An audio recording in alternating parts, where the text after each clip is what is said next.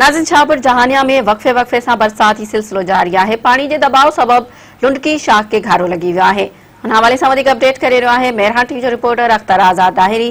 जी अख्तर, इन हवाले से अपडेट कजो। जी बिल्कुल, पंहिंजे नाज़रीन खे ॿुधाईंदा आहियूं त शाहपुर जहानिया शहर ऐं उन जे भरपासे वारनि इलाइक़नि में गुज़िरियल 24 कलाकनि खां जेको बरसाति जो सिलसिलो आहे उहो वक़्फ़े वक़्फ़े सां जारी आहे। असां पंहिंजे नाज़रीन खे ॿुधाईंदा हलूं त बरसाति खां पोइ जेको ॿोॾि वारी सूरत हाल थी वई आहे। पाणी जेको आहे उहो हेठां वारे इलाइक़नि में वॾी तादाद में बीहजी विया आहे। केतिरा ई कचा घर ऐं कखावा घर जेके आहिनि उहे किरी पवण जा बि इतला आहिनि।